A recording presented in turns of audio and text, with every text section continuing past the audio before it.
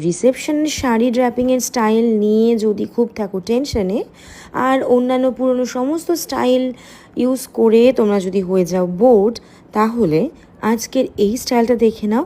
এই স্টাইলটা তোমাদের বেশ কিছু কাজে লাগবে। শাড়ি ড্র্যাপিং প্র্যাকটিস টাইমে আমি ক্লাসে স্টুডেন্টদের সাথে সেদিন শেয়ার করেছিলাম আর ওদেরকে টেকনিকগুলো দেখিয়ে দিচ্ছিলাম, তাই ভাবলাম সেই ভিডিওটাই তোমাদের সাথে শেয়ার করি, তোমাদেরও সুবিধা হবে। একদম ফার্স্টে কিভাবে শাড়িটা টাক করতে হবে দেখিয়ে দিলাম, আর তারপরে এখন দেখাচ্ছি কিভাবে শাড়িটা আগে থেকে পিন আপ করে নিতে হয়।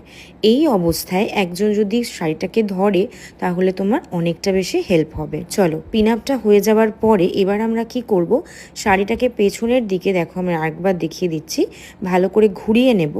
অনেক সময় আমরা সামনে আঁচল করে শাড়ি পরি, সেটা ডান হাতের সামনে দিয়ে আসে, এটা সেরমভাবে না এসে বাঁ হাতের সামনে দিয়ে আসবে। ভিডিওটা মন দিয়ে দেখলে তোমাদের কাছে অনেকটাই ক্লিয়ার হয়ে যাবে বিষয়টা।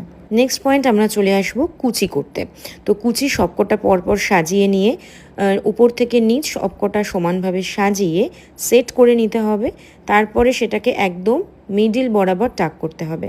তার সাথে দেখো এই যে সাইডে যে এক্সট্রা কাপড়টা রয়েছে, এটাকে এক্সট্রা আলাদা করে করে কুচির মতন করে সেট করতে হবে, তারপর টাকিং করে দিতে হবে। সামনের দিকে যে আঁচল পোর্শনটা আমরা রেখে দিয়েছি, সেই আঁচলটা ঘুরে পেছন দিয়ে চলে আসলো এবং ঠিক এইভাবে তুমি আঁচলটাকে ঘুরিয়ে সেট করে দেবে। এরপরে প্রত্যেকটা ছোট্ট ছোট্ট করে স্টেপ এরকমভাবে নিতে হবে এবং সেট করে দিতে হবে সাজিয়ে।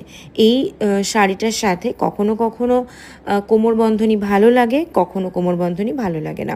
এটা অ্যাকচুয়ালি রিসেপশনের জন্যই একমাত্র ভালো যায়, পার্টি ওয়্যার কোনো রিসেপশনের জন্য এটা ট্রাই করতে পারো। খারাপ লাগলো না ভালো লাগলো জানিও।